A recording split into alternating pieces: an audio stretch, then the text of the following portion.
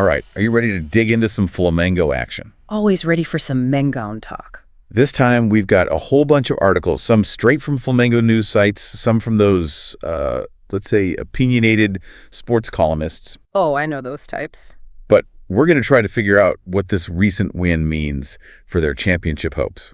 Gabigol snapping that scoring drought, Gerson being Gerson in the midfield, and this whole crazy race for the top in the Brasileirão. It's a good time to be a Flamengo fan, that's for sure. Let's unpack this victory, shall we? See if it gives us any clues about what's next for Mengon. Sounds good to me.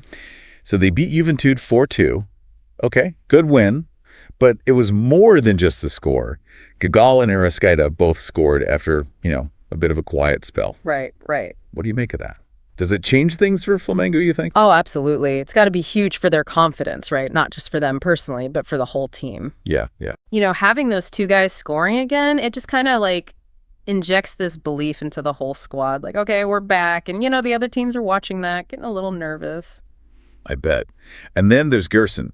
2 assists, completely ran the midfield. It's almost unfair at times, the way he sees the field. He makes it look so easy, doesn't he? Those passes, man, they're on a string. Any striker would kill to have him setting them up, although, it would be something else if he could start finishing some of those plays himself, too. Right. Imagine that. Oh, and we can't forget Michael. That goal off the bench, what a way to make your presence felt, right? Totally. And it just goes to show you how deep this Flamengo squad is. Guys like Michael ready to step up when their number is called. You need that, especially with Arrascaeta and Léo Pereira out. Makes Filipe Luís's job a little easier, even if he doesn't have all his pieces. Yeah, juggling a championship run with a limited roster, that's got to be stressful. Absolutely. And this Brasileirão season, it's just wild. So much competition, every team bringing their A game. For real. So Palmeiras and Fortaleza drew, which is good for Flamengo, but Botafogo just keeps on winning. Yep. This 3-way fight for the title, it's going to be a photo finish, I think. No doubt about it. And then, on top of all that, you've got the Copa do Brazil final coming up. How do they even manage all of this?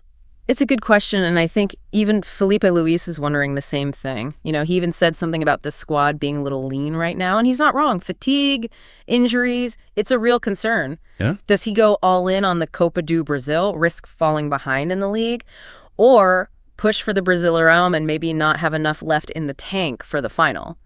Tough choices, man. It's like he's playing chess with the whole season. Yeah. Right? Every move matters. Exactly. And it's not just about the players in the field. Imagine the pressure on everyone, the fans, the coaches, the whole organization. Yeah, for sure. Speaking of, I did want to mention Flamengo's initiative for Outubro Rosa. They did some really cool stuff before the match, raising awareness for cancer. Yeah, that's awesome. It's great to see a club like Flamengo using their platform for such a good cause. Sets a good example for the rest of the league. Okay, so let's recap. Huge win for Flamengo, some amazing individual performances, a title race that's tighter than ever, and some tough choices on the horizon for Filipe Luís. But here's what I really want to know. Given this whole situation, the small squad, all these competitions, what should be Flamengo's priority over the next few weeks? Copa do Brazil glory. That Brasileirão title, or, and this is a long shot, can they somehow do it all? That's the million-dollar question, isn't it? Whatever happens, it's going to be an exciting few weeks. Couldn't have said it better myself. Thanks for diving deep with us. We'll be back soon with more football analysis, so stay tuned. See you then. See ya.